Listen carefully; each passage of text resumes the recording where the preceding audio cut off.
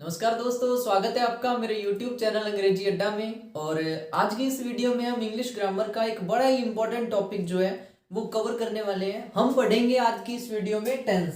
देखो, टेंस कोई नया टॉपिक नहीं है, मुझे पता है आपने हर क्लास में टेंस पढ़ा हुआ है, लेकिन ये एक सच बात है, एक यूनिवर्सल ट्रुथ कह लो कि टेंस जो है हमने पढ़ा है लेकिन समझ आज तक नहीं आया। हर क्लास में हमने टेंस पढ़ा है, रट्टाफिकेशन की है, रट्टा मारा है, लेकिन टेंस को समझ नहीं पाए हैं क्योंकि इसका जो बेसिक नॉलेज है वो हमें है ही नहीं कि आखिर ये टेंस है क्या। सिर्फ स्ट्रक्चर्स रट रखे हैं, पहचान रट रखी है, लेकिन अपने इसको इसका जो बेसिक है वो नहीं जान पाए हैं। तो आज हम क्या करेंगे, इस वीडियो में हम जानेंगे टेंस के बेसिक को। ठीक है, आपको पता है टेंस एक वास्ट टॉपिक है, तो एक ही वीडियो में हम पूरे टेंस को कवर नहीं कर सकते। इसके बाद अपनी जो इसी पे मतलब वीडियो की एक सीरीज आएगी टेंस टॉपिक पे, जिसमें हम सारे जो टेंस है उसको डिटेल में कवर करेंगे। तो देखिए, शुरू करते हैं इस वीडियो को और जानते हैं कि आखिर ये टेंस है क्या। देखिए, टेंस को शुरू करने से पहले अब मैं सीधा ये नहीं बता दूंगा जी टेंस 3 प्रकार के होते हैं और प्रेजेंट को शुरू कर दो, प्रेजेंट के आगे 4 होंगे, पास्ट के 4 होंगे, फ्यूचर के 4 होंगे। उससे पहले हम देखो टेंस का बेसिक जो है वो जान ले। तो देखिए, टेंस को पढ़ने से पहले आपको पता होना चाहिए इसकी डेफिनेशन, जो मुझे लगता है कि अब आपको पता नहीं है। अगर पता भी है तो सिर्फ हमने रट्टा मार रखा है कि ये टेंस की डेफिनेशन होती है, लेकिन टेंस को बेसिक से हम नहीं समझ पाए हैं। देखो, टेंस को समझने के लिए आपको 2 चीजें समझनी होंगी, फिर आपको टेंस का पूरा जो बेसिक है वो समझ आ जाएगा। ठीक है, तो देखिए टेंस को अगर अपने एक वर्ड में कहना चाहें कि टेंस क्या होता है, तो देखिए टेंस टाइम प्लस एक्शन, इन दोनों चीजों से मिलकर बना है। टाइम प्लस एक्शन ही टेंस है। तो अगर आप टाइम और एक्शन के बारे में समझ लोगे, जान लोगे कि टाइम और एक्शन क्या है, तो मतलब टेंस क्या चीज है, क्या बला है, आपको समझ आ गई। पूरा बेसिक आप कवर कर लोगे, पूरा टेंस को आप समझ जाओगे अगर ये इन 2 चीजों को आपने समझ लिया। तो ठीक है, पहले अपने शुरू करते हैं टाइम से, क्योंकि इन दोनों चीजों से टेंस बना है। तो अपने पहले पढ़ते हैं टाइम को। तो पहला जो अपना स्टेप होगा, ठीक है, उसमें हम जानते हैं टाइम को। तो टाइम लाइन को हम पढ़ ले, मतलब आखिर टेंस के अंदर टाइम का महत्व क्या होता है, टाइम का इंपॉर्टेंस क्या होता है। ठीक है, तो टाइम को अपने पढ़ते हैं। देखिए, टाइम के बारे में अगर आपसे पूछा जाए तो हम क्या कहते हैं जी, टाइम 3 प्रकार के होते हैं, प्रेजेंट, पास्ट और फ्यूचर। लेकिन इसके अंदर भी एक ट्विस्ट है, थोड़ा सा ये जान लीजिए। तो टाइम देखो, अपना एक टाइम, सबसे पहला टाइम हमारा क्या होता है, प्रेजेंट। हम सबको पता है प्रेजेंट टाइम है। देखिए, अगर आपसे पूछा जाए कि अपने प्रेजेंट के बारे में बताइए, मुझसे पूछा जाए कि या मुझसे पूछा जाए कि मुझे, जैसे किसी ने भी पूछा कि अपने प्रेजेंट के बारे में बताओ, तो मैं बड़ी आसानी से बता दूंगा, मैं एक टीचर हूँ, इस स्कूल में पढ़ाता हूँ, मैं इतने साल का हूँ। क्योंकि जो प्रेजेंट है वो हमें पता होता है कि हमारा प्रेजेंट क्या है, हम प्रेजेंट के अंदर क्या है, बड़ी आसानी से आप बता दोगे। तो एक टाइम तो क्या हो गया, प्रेजेंट। इस प्रेजेंट से पीछे जो भी चला गया वो क्या होता है, पास्ट। तो एक टाइम कौन सा होता है, पास्ट। ठीक है, देखो पास्ट अब होता क्या है, अपने कहते हैं बीता हुआ कल, बीता हुआ समय क्या होता है, पास्ट होता है। नहीं, देखो अपना प्रेजेंट जो बीत गया वही पास्ट बनता है। जैसे मैंने कहा कि मैं टीचर हूं, जैसे ये बात खत्म हुई ये पास्ट बन गई। तो अपना जो प्रेजेंट ही तो पास्ट बनता है, जो हम आज में है, जो अब है, वही कल अपना क्या बन जाएगा, पास्ट। जो मैं बात जैसे ही मेरे मुंह से निकली 1 सेकंड के अंदर क्या बन गई, पास्ट। तो अपना हरेक जो मतलब कदम, जो आगे कदम बढ़ता जा रहा है, तो पीछे का जो कदम है वो क्या बनता जा रहा है, पास्ट। तो अपना बीता हुआ प्रेजेंट ही पास्ट होता है, इसलिए पास्ट के बारे में भी आप बड़ी आसानी से बता दोगे। अगर आपसे कोई पूछे, मुझसे कोई पूछे कि अपने पास्ट के बारे में बताइए, मैं बता दूंगा पहले मैं इस स्कूल में पढ़ाता था, ठीक है, और मैं ये करता था, मैं वहां जाया करता था, मैं कल मंदिर गया था। क्योंकि कल मंदिर गए थे, जैसे वो भी तो कभी आपका प्रेजेंट ही था। जैसे आज मैं मंदिर जा रहा हूं तो मेरा प्रेजेंट है, यही बात मैं कल बोलूंगा कि कल मैं मंदिर जा रहा था। तो आपके आज का जो टाइम है, प्रेजेंट जो है वही तो पास्ट बनना है, तो बड़ी आसानी से अपने बता देते हैं। अब देखो तीसरा टाइम, 2 टाइम आपको समझ आ गया, अपना बीता हुआ प्रेजेंट ही पास्ट होता है, तो प्रेजेंट और पास्ट 2 टाइम होते हैं। अब तीसरा टाइम जो होता है वो कौन सा होता है, फ्यूचर। अब फ्यूचर को मैं रेड करके लिख रहा हूं, ठीक है, और इस पे मैं थोड़ा सा स्टार भी लगा देता हूँ। देखो फ्यूचर क्या होता है, प्रेजेंट और पास्ट के बारे में आपको पता चल गया। अगर फ्यूचर की बात करें तो देखो, अगर आपसे कहा जाए या मुझसे कोई कहे कि अपने फ्यूचर के बारे में बताओ, तो देखिए मैं कोई भगवान नहीं हूं जो अपने फ्यूचर के बारे में बता दूंगा। फ्यूचर के बारे में कोई नहीं बता सकता, क्योंकि फ्यूचर टाइम नहीं है। जैसे मान लो अगर मैं कहता हूं, मैं यहाँ एक वीडियो रिकॉर्ड कर रहा हूँ, आपको पढ़ा रहा हूँ, ठीक है, लेकिन मैं कहता हूँ कि मैं कल जयपुर जाऊंगा। देखो मैं यहाँ खड़ा हूँ, वीडियो रिकॉर्ड कर रहा हूँ, मैं कह रहा हूँ कि कल जयपुर जाऊंगा, तो अभी तो नहीं जा रहा, कल जाना है। तो कल जाने का मैं सिर्फ सोच रहा हूँ, मेरी वो सिर्फ इमेजिनेशन है कि मैं कल जयपुर जाऊंगा।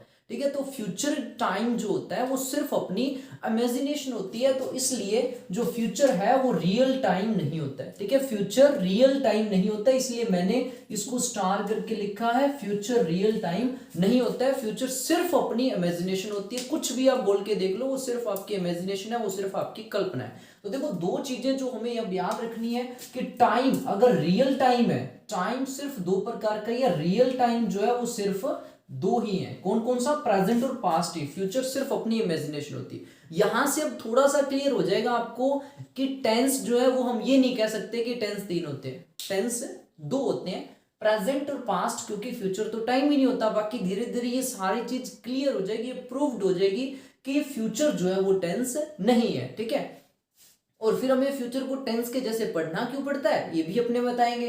तो एक चीज अब आपको क्लियर होगी, टेंस टाइम और एक्शन होता है, उसमें टाइम क्या क्या महत्व है। Present tense, past tense, future tense कहां से निकल के आए होंगे, ये जो शब्द तीन कहां से आए, वो आए थे टाइम से। ठीक है, तो वो क्लियर हो गया। उसके बाद अब देखिए आप एक्शन। ठीक है, उसके बाद देखिए अब एक्शन। एक्शन को थोड़ा सा ध्यान से समझिए, एक्शन क्या चीज होती है। ठीक है, एक्शन का सबसे इंपॉर्टेंट रोल जो होता है एक्शन, वैसे तो एक्शन और टाइम दोनों का ही होता है, लेकिन यहाँ पे अगर आपको एक्शन समझ आ गया तो टाइम इसके अंदर ही होता है, अलग से टाइम कोई अलग चीज नहीं है, वो एक्शन के अंदर ही होती है। ठीक है, अब देखिए आपकी एक्शन की अगर प्रोसेस की बात करें, एक्शन की अगर टाइप्स की बात करें, एक्शन जो होता है, एक्शन कहते हैं किसे, काम को। ठीक है, एक्शन मतलब काम।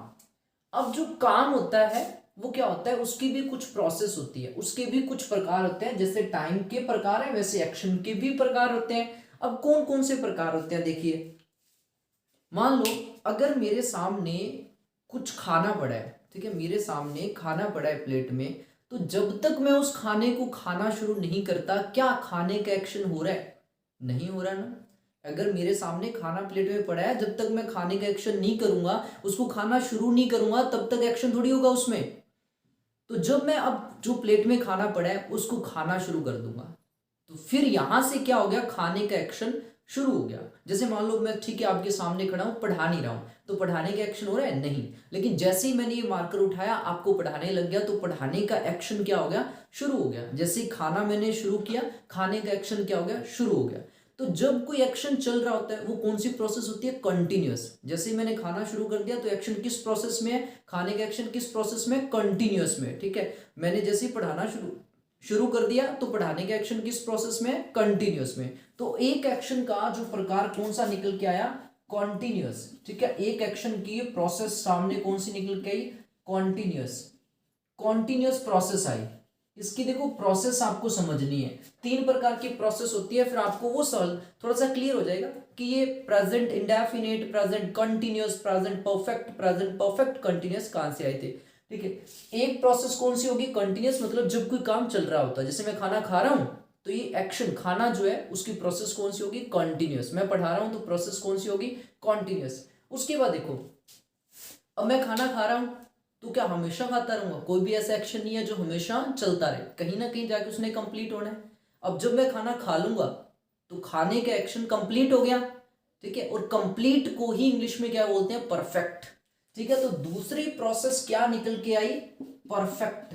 ठीक है, दूसरी प्रोसेस क्या निकल के आई, perfect process. Perfect process action की कौन सी होती है, जिसमें हम बताना चाहते हैं कि कोई एक्शन कंप्लीट हो गया है, कोई एक्शन कंप्लीट हो गया। मैंने खाना खा लिया है, इसका मतलब खाने का एक्शन कंप्लीट है, एक्शन कंप्लीट बताना चाहते हो। मैंने 2 चैप्टर पढ़ा दिए, मतलब कंप्लीट एक्शन की आप बात कर रहे हो कि आपने 2 चैप्टर पढ़ा दिए हैं, पढ़ा नहीं रहे हो, आपने वो काम कंप्लीट कर दिया। तो दूसरी प्रोसेस क्या होती है एक्शन की, परफेक्ट। अब देखो तीसरी प्रोसेस मैं बता रहा हूं। अब यहां देखिए, मान लीजिए कि ये एक कुआं है, ठीक है, और ये भी एक कुआं है। अब क्या हुआ कि एक किसी व्यक्ति को पनिश किया जाता है कि इस कुएं के अंदर जितना भी पानी है, मान लो ये कुआं पूरा भरा हुआ है, वो एक व्यक्ति को कोई पनिशमेंट दिया जाता है कि तुझे क्या करना है, इस कुएं से सारा पानी बाल्टी से निकाल निकाल कर इस कुएं के अंदर भरना है। ठीक है, तो अब देखो जैसे वो बाल्टी से पानी निकाल निकाल के यहाँ इसको भर रहा है, पानी यहां से लेके इसको भर रहा है, तो उसका काम कौन सी प्रोसेस होगी, कंटिन्यूस, क्योंकि यहां से पानी लाके यहाँ भर रहा है, तो प्रोसेस कौन सी होगी, कंटिन्यूस, क्योंकि यहां से ला रहा है यहां तक जा रहा है, यहां से ला रहा है यहां तक जा रहा है। तो इस काम को जब तक करता है तो कौन सी प्रोसेस होगी उसके, इस कुएं को भरने की प्रोसेस क्या होगी, कॉन्टिन्यूस। और जब ये पूरा वेल भर देगा, यहां से निकाल के उसने पूरा इसमें भर दिया, तो कौन सी प्रोसेस हो जाती, परफेक्ट। ठीक है, अब देखो एक और प्रोसेस कौन सी होती है, मान लो अभी देखो इसको कुछ ना कुछ समय तो लगना था, पूरा वेल भरा हुआ है, बाल्टी से उसने इसमें भरना है पूरा पानी, तो देखो इसको टाइम तो लगेगा, मान लो 4 घंटे या 5 घंटे का टाइम तो लगेगा ना, क्योंकि बाल्टी से पूरा पानी निकाल के यहाँ उसने शिफ्ट करना है, इसके अंदर भरना है। अब क्या हुआ कि उसको 4 से 5 घंटे लगने वाले थे, लेकिन जिसने पनिश किया था वो मान लो 2 घंटे बाद ही देखने आ जाता है कि कहीं ये बैठा तो नहीं है, काम कर रहा है या नहीं कर रहा, बीच में उसको इन्वेस्टिगेट करने के लिए आ जाता है कि बैठा तो नहीं है। अब देखो 2 घंटे बाद जिसने उसको पनिश किया था वो आ जाता है, और ये जो बंदा था वो इसके अंदर बाल्टी से पानी भर रहा था, यहां से निकाल निकाल के इसके अंदर भर रहा था। 2 घंटे में हमें पता है कि उसने पूरा तो अपना ये काम नहीं किया होगा, पूरा तो नहीं किया होगा, ठीक है, लेकिन उसने कुछ भर दिया था। ठीक है, कुछ भर दिया था, कुछ अभी भर रहा था। ये क्या होती है, परफेक्ट कंटिन्यूअस। परफेक्ट कंटिन्यूअस मतलब देखो 2 बजे वो आ गया, 2 घंटे बाद ही वो आ गया, तो पूरा काम तो उसने यहां तक नहीं किया था, लेकिन आधा का काम कर दिया था।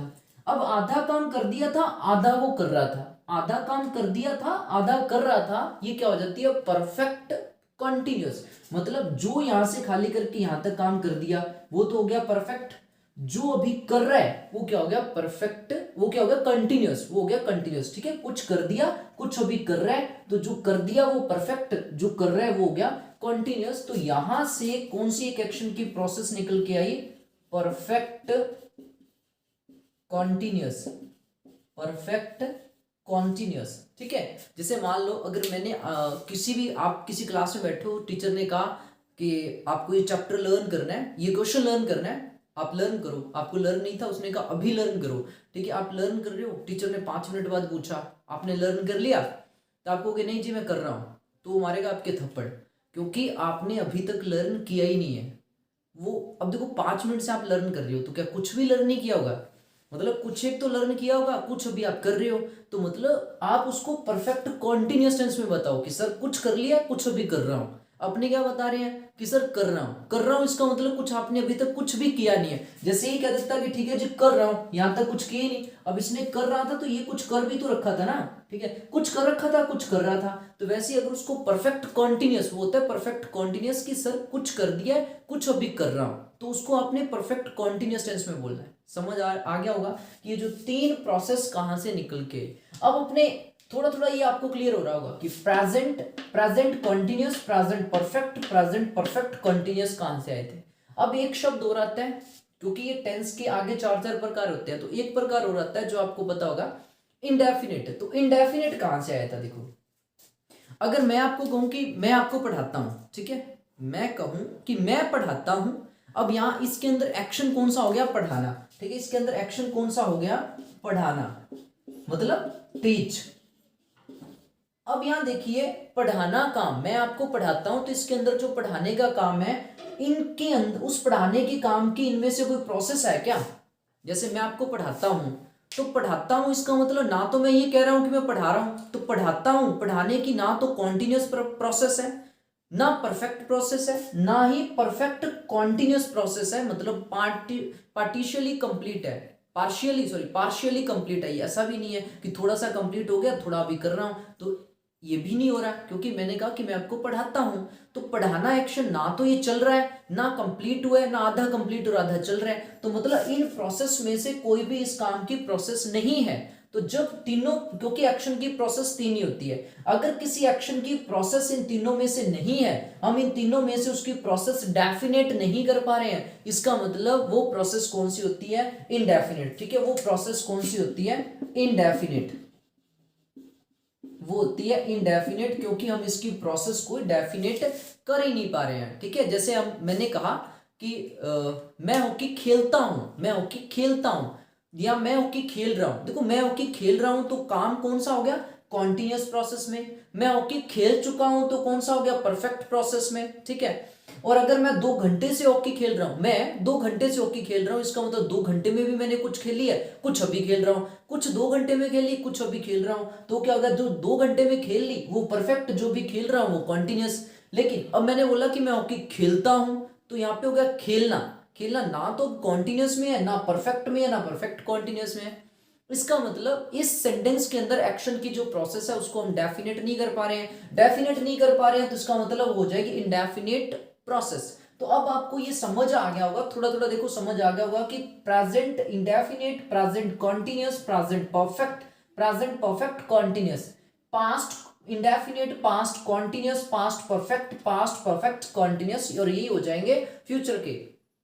तो यहां तक अगर आपको समझ आ गया तो आप स्क्रीनशॉट ले सकते हैं, इसका नोट कर सकते हैं। इसके बाद देखो आगे थोड़ा सा बेसिक सम और जान ले, क्योंकि यहां से अब आपको क्लियर होने लग गया होगा थोड़ा थोड़ा कि ये जो चीजें आ रही थी, जो हम रट्टा मार रहे थे कि आगे प्रेजेंट के 4 हो जाते हैं जी, पास्ट के 4 हो जाते हैं, तो क्या चीज थी, वो एक्शन की प्रोसेस थी। ठीक है, अब अपने नेक्स्ट इसके बाद देखते हैं अगला पॉइंट। देखो, टाइमलाइन और एक्शन इन दोनों को मिलने से टेंस बनता है। इसके बाद नेक्स्ट पॉइंट देखिए आप, उसके बाद हम डिस्कस करते हैं इसके अगला पॉइंट जो है।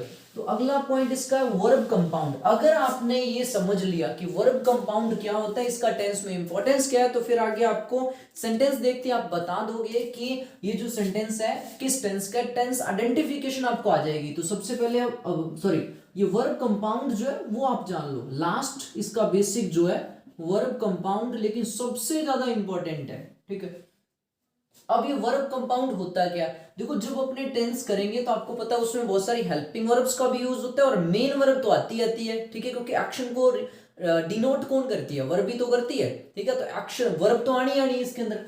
तो वर्ब कंपाउंड का मतलब होता है हेल्पिंग वर्ब। ठीक है, helping verb plus main verb. Helping verb plus main verb क्या होती है, वर्ब कंपाउंड होता है। Helping verb plus main verb का जो कॉम्बिनेशन होता है वो क्या होता है, वर्ब कंपाउंड होता है। तो सबसे पहले आप जान लो कि मेन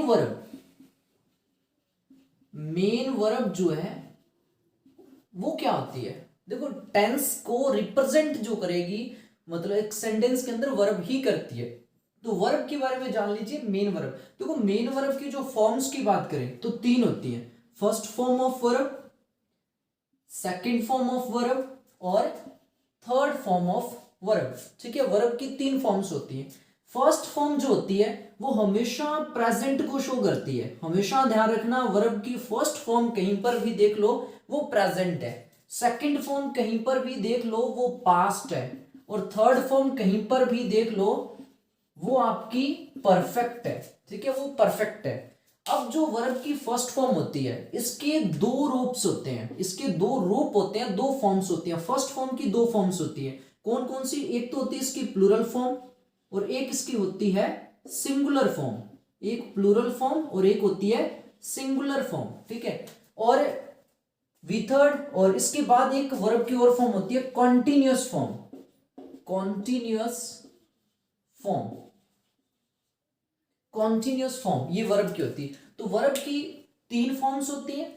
फर्स्ट फॉर्म 2 प्रकार की होती है, प्लूरल भी होती है और सिंगुलर भी होती है। अब थोड़ा थोड़ा एक इसके एग्जांपल से समझ लेते हैं। देखो, जैसे गो की अपने डिस्कस करते हैं। गो वर्ब की फर्स्ट फॉर्म है।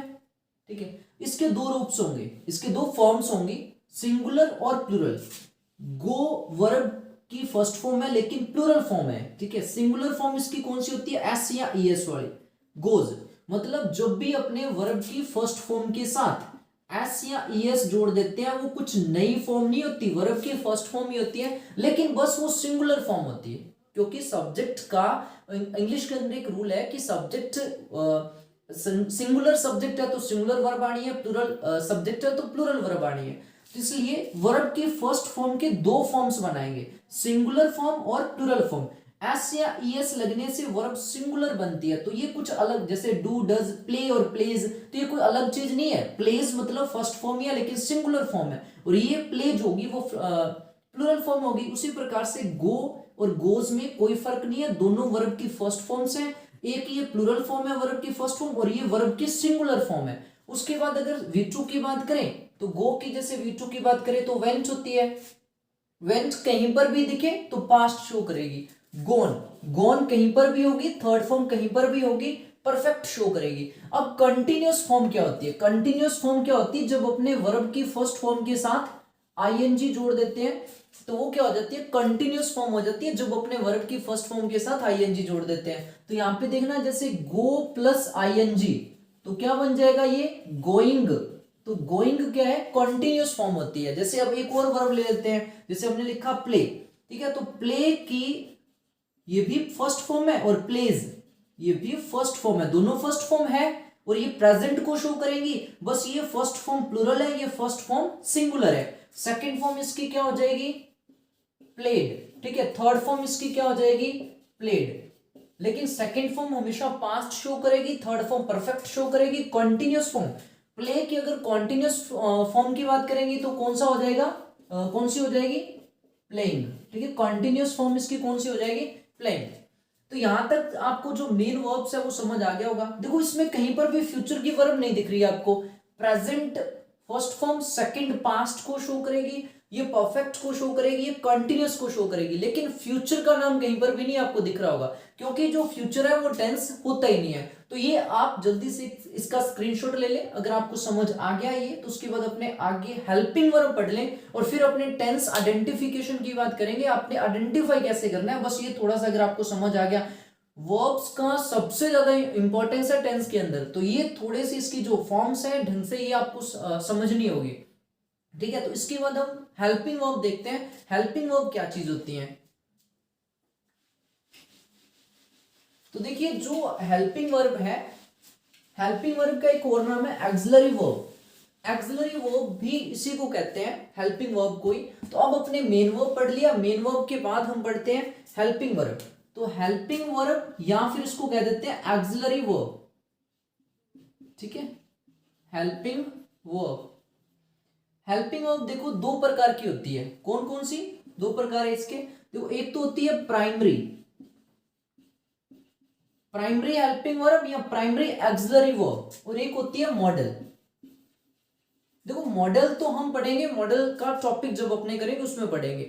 टेंस के अंदर जो यूज होती है वो प्राइमरी हेल्पिंग वर्ब यूज होती है, प्राइमरी एक्सिलरी वर्ब यूज होती है। तो अपने प्राइमरी के बारे में जान ले, जो टेंस में यूज होती है, जो हेल्पिंग वर्ब टेंस में यूज होती है। देखो प्राइमरी हेल्पिंग वर्ब जो टेंस में यूज होती है वो होती है तीन प्रकार की। इन तीनों के प्रकार जो है वो ढंग से आप समझ लेना। देखो फर्स्ट जो होती है वो होती है टू बी। तीन प्रकार की हेल्पिंग वर्ब होती है जो टेंस में यूज होती है। पहली होती है बी, ठीक है, टू बी मतलब होना, ये रिप्रेजेंट करती है होना को। उसके बाद जो सेकंड है वो शो करती टू डू, ये शो करती है करना को, ठीक है। और नेक्स्ट तीसरी जो होती है वो होती है टू हैव। टू हैव मतलब ये शो करती है किसी पोजीशन को, कोई चीज पास होना या फिर अधिकार होना, ठीक है, किसी चीज पर, वो शो करती है हैव। अब इनकी फॉर्म्स देखो, हेल्पिंग वर्ब भी वर्ब ही होती है, ये तो ठीक है, जब मेन वर्ब के साथ आ रही होती है तब इनको हेल्पिंग वर्ब कह देते हैं, नहीं तो मेन वर्ब ही होती है। मेन वर्ब है तो इनकी भी फॉर्म्स होंगी, जैसे मेन वर्ब की फॉर्म होती है तो इसकी भी फॉर्म्स होती हैं। वो आप फॉर्म्स देखो, ठीक है, फॉर्म्स इसकी कौन कौन सी होती है वो आप फॉर्म्स देखिए, और ये थोड़े से ढंग से समझ लेना, फिर आपको टेंस की आइडेंटिफिकेशन बड़ी आसानी से आप कर लोगे। देखो बी की अगर फर्स्ट फॉर्म की बात करें, बी की अगर फर्स्ट फॉर्म ऑफ वर्ब की बी की बात करें फर्स्ट फॉर्म, तो ये होती है इज एम आर, ये होती है इज एम और आर। क्योंकि आपको बताया कि फर्स्ट फॉर्म हमेशा दो प्रकार की होती है, सिंगुलर और प्लूरल। तो बी की फर्स्ट फॉर्म सिंगुलर होती है इज, और फर्स्ट फॉर्म प्लूरल होती है आर, और एम सिर्फ आता है आई के साथ। एम सिर्फ आई के साथ क्यों आता है ये मैं अब बाद में डिस्कस करूंगा, ठीक है, ये भी बताएंगे, ये कोई अपवाद नहीं है, एक्सेप्शन नहीं है, क्यों आता है सिर्फ आई के साथ ये भी आपको बताया जाएगा।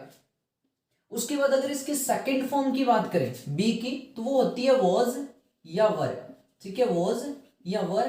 थर्ड फॉर्म की बात करें वो कौन सी होती है इसकी, बीन, ठीक है।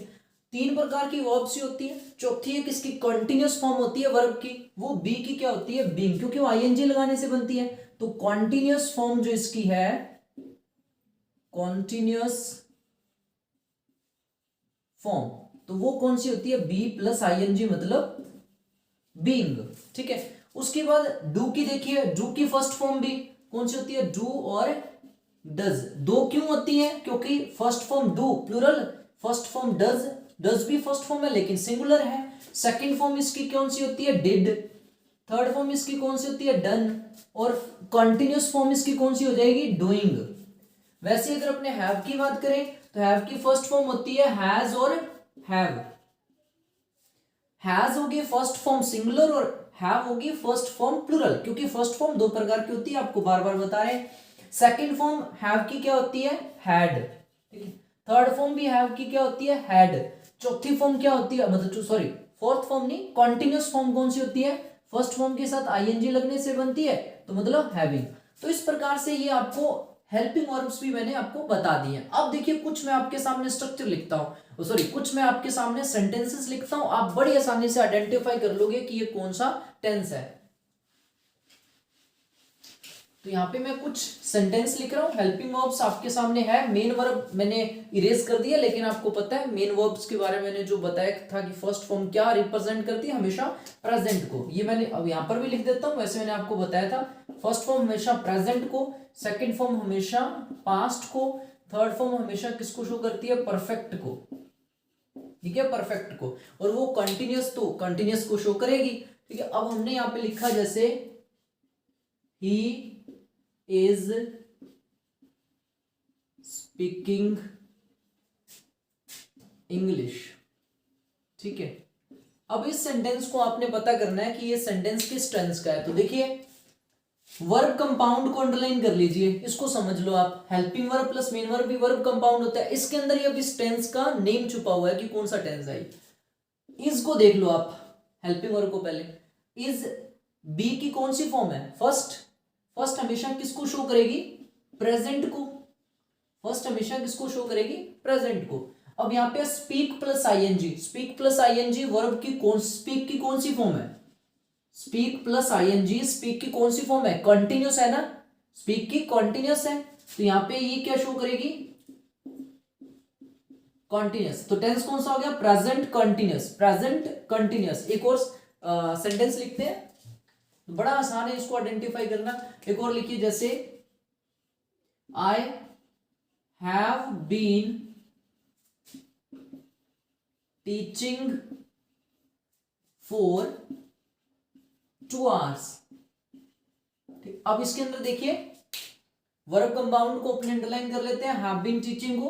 अब हैव देखिए कौन सी फॉर्म होती है, फर्स्ट फॉर्म होती है ना हैव की, फर्स्ट फॉर्म क्या होती है, हैव ही। तो ये हैव क्या, फर्स्ट फॉर्म, और फर्स्ट फॉर्म हमेशा क्या शो करती है, प्रेजेंट। अब ये बीन आ रहा है यहाँ पे, बीन देखिए बी की कौन सी फॉर्म होती है, थर्ड। थर्ड हमेशा शो किसको करती है, परफेक्ट को, ठीक है। और उसके बाद देखिए टीचिंग, तो टीच प्लस आईएनजी, टीच की ये कौन सी फॉर्म है, कंटिन्यूअस, ठीक है। तो ये कौन सी होगी, कंटिन्यूअस। तो टेंस कौन सा हो जाएगा, present perfect continuous, present perfect continuous. इस तरीके से जो मर्जी आप सेंटेंस लिखो, अगर आप वर्ब कंपाउंड के बारे में जान गए हो तो आप कोई भी सेंटेंस लिखो, उसका वर्ब कंपाउंड स्टडी करो, आपको पता चल जाएगा कि इसके अंदर टेंस कौन सा है। तो देखो रट्टा नहीं मारना, अब हम समझ चुके हैं कि टेंस 3 प्रकार के नहीं, टेंस सिर्फ 2 प्रकार के होते हैं। और आगे जो इसके प्रकार वो निकल के आए, इंडेफिनिट, कॉन्टिन्यूअस, परफेक्ट कंटिन्यूअस और परफेक्ट, ये जो प्रकार है वो कहां से है, वो एक्शन के प्रकार होते हैं। अब देखो मैंने कहा था कि जो फ्यूचर है वो टेंस नहीं है, ठीक है, लेकिन फ्यूचर को फिर भी हम टेंस के जैसा क्यों पढ़ते हैं। देखो ट्रेडिशनल इंग्लिश जो थी अपनी, जो ट्रेडिशनल इंग्लिश थी, जो पुरानी इंग्लिश कह लो, जो ट्रेडिशनल इंग्लिश थी, उसमें टेंस को 3 प्रकार के टेंस माने गए थे, फ्यूचर को भी टेंस माना गया था। लेकिन मॉडर्न इंग्लिश जो है वो कहती है टेंस फ्यूचर टेंस नहीं है, जो हम देख भी चुके हैं कि फ्यूचर टेंस नहीं है, क्योंकि एक तो फ्यूचर रियल टाइम नहीं है और इसके अलावा जो अपने वर्ब्स दे रखी हैं वर्ब भी कोई ऐसी नहीं है जो फ्यूचर को रिप्रेजेंट करे, क्योंकि फ्यूचर एग्जिस्ट ही नहीं करता, ठीक है, वो सिर्फ अपनी इमेजिनेशन होती है। तो आगे की जो वीडियो है उसमें हम स्टडी करेंगे, शुरू करेंगे टेंस की डेफिनेशन से, आगे अपने सारे जो टेंसेज है उसको डिटेल में पढ़ेंगे, लेकिन पहले ये बेसिक जान लेना आपके लिए बहुत ज़रूरी था। तो अगर आपको मेरी ये वीडियो अच्छी लगी है तो आप मेरी वीडियो को लाइक करें, शेयर करें, और साथ ही साथ मेरा ये जो चैनल है अंग्रेजी अड्डा, इसको आप सब्सक्राइब ज़रूर कर लें, क्योंकि इस चैनल पर इसी प्रकार की और बहुत सारी वीडियोज़ अपने आपके सिलेबस से रिलेटेड, आपकी क्लास से रिलेटेड आपको मिलने वाली हैं। तो आप मेरे इस चैनल को सब्सक्राइब करें, बेल आइकन भी प्रेस कर लें, ताकि जैसे ही हम वीडियो पोस्ट करें तो आपको इसकी नोटिफिकेशन मिल जाए। साथ ही साथ मेरे फेसबुक पेज अंग्रेजी अड्डा को भी आप लाइक कर लें, वहाँ पर भी मैं इसी प्रकार की जो वीडियोज़ है वो डालता रहता हूँ। तो आज की वीडियो में बस इतना ही। अपने नेक्स्ट अगली वीडियो में हम डिस्कस करेंगे टेंस को, उसकी डेफिनेशन और आगे जो टेंस के प्रकार हैं उन सबको, और देखेंगे कि एग्जाम में इस टेंस से किस प्रकार से क्वेश्चंस आते हैं।